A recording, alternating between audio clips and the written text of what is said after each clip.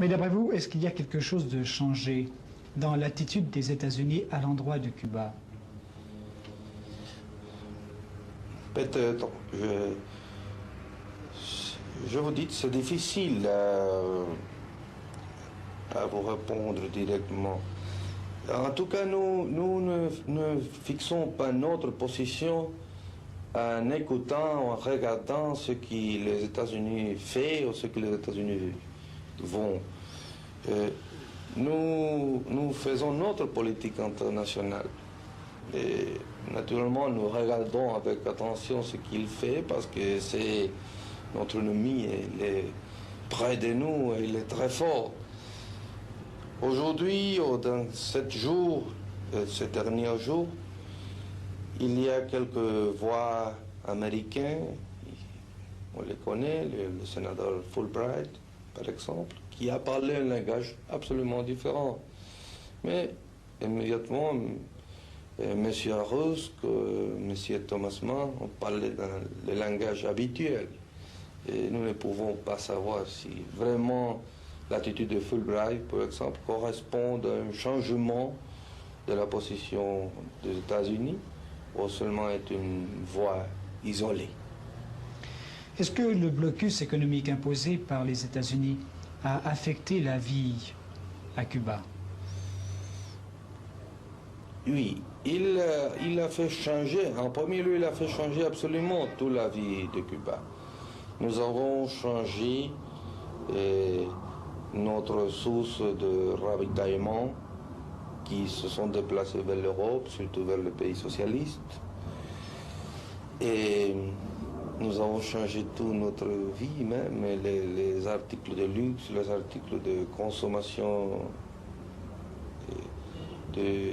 à long terme, on peut dire, je ne sais pas bien la parole en français.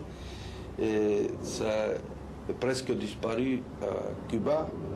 Et il y avait beaucoup de choses qui manquent. Notre industrie ont passé par une période assez longue où il n'y avait pas de pièces de rechange. Ils s'arrêtaient quelquefois. Nous ne pouvons pas le mettre en fonctionnement. Mais cette condition même a forcé notre industrialisation dans la mécanique. Et dans ce moment, nous pouvons fournir presque tout le ravitaillement essentiel de type mécanique, c'est-à-dire des pièces de rechange, par notre propre main. Et naturellement, c'est que nous ne pouvons pas acheter dans des pays socialistes ou dans d'autres pays de l'Europe, parce qu'on doit considérer que Cuba est un pays où presque toute l'industrie, toute la technique, toute la technologie dépendait des États-Unis et des usines des États-Unis. Et changer tout ça, c'est une chose assez difficile. Nous l'avons pu faire depuis cette année, les dernières années, et déjà le blocus est vraiment un échec absolu. Mais vous êtes satisfait de la situation économique actuelle à Cuba? Non, jamais on ne peut pas être satisfait. Nous aspirons à beaucoup plus.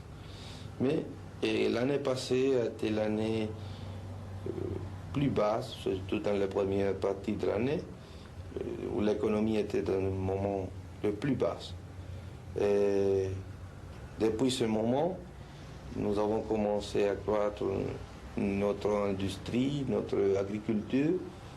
Et ça, c'est on peut dire, la direction générale qui suit l'économie. C'est-à-dire un améliorement progressif, soutenu, ne pas une chose merveilleuse, malheureusement, mais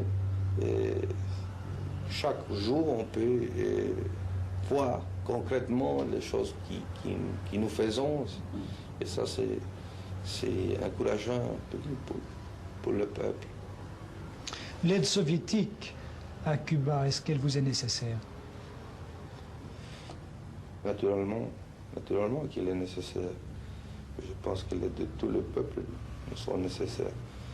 Et si vous parlez s'il est imprescindible, je pense que non. Mais on doit préciser bien ce qu'on appelle l'aide. Parce que toujours il y a quelques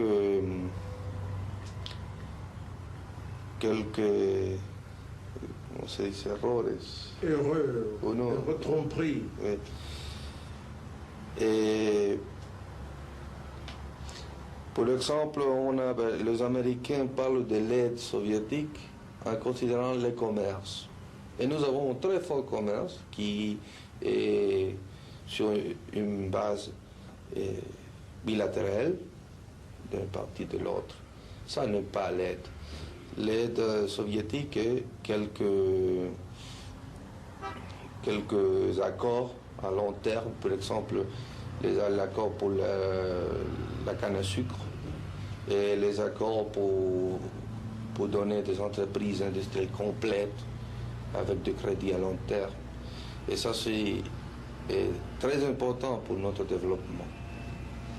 Et je dis l'Union soviétique, vous m'avez demandé, ou je ne sais pas si vous avez demandé l'Union soviétique exactement, le pays socialiste, non, mais c'est avec tous les pays socialistes que nous avons ce type de relation.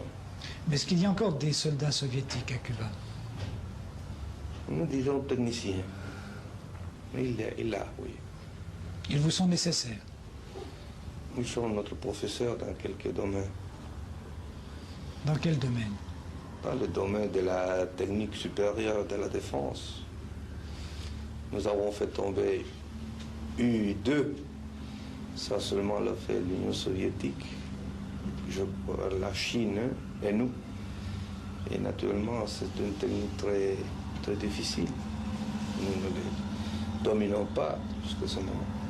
Quelle est la position de Cuba face au conflit qui oppose Moscou à Pékin? Nous, dans ces questions, nous les déplorons beaucoup. Nous ne parlons jusqu'à ce moment, nous ne parlons pas officiellement de ça. M. Khrouchtchev désire réunir une conférence communiste mondiale pour résoudre d'une façon ou d'une autre ce conflit. Si cette conférence a lieu, est-ce que Cuba y participera? Et ça, cette question est frère de l'autre antérieur. Nous ne parlons pas de cette question jusqu'au moment opportun, en tout cas. Quels sont les rapports actuellement de Cuba avec le reste de l'Amérique latine? Bon, elles sont faibles. Nous avons des relations diplomatiques avec 5 pays. Et nous avons des relations commerciales avec 2 ou 3 seulement. Ils ne sont pas importants. Et le blocus américain s'est imposé aussi vers le pays de l'Amérique latine.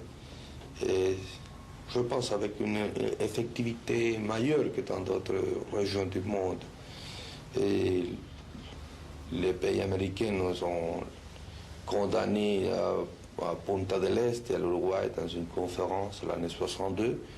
Nous sommes expulsés de l'Organisation des États américains.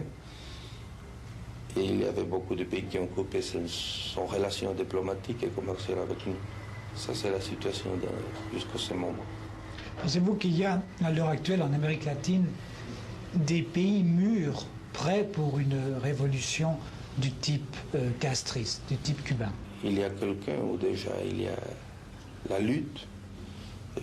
Ici, on ne parle pas de ça, mais la lutte existe à Venezuela, existe à Guatemala. Et peut-être il y a d'autres pays où le peuple lutte avec les armes. Ça a passé avec nous. Nous avons lutté 2 années et il y a de longues périodes de temps où personne n'a parlé de nous. Vous avez parlé du Venezuela et du Guatemala, mais est-ce que Cuba aide les révolutionnaires de ces pays? Moralement seulement, ils considèrent que son lutte est juste, mais jusqu'à ce point.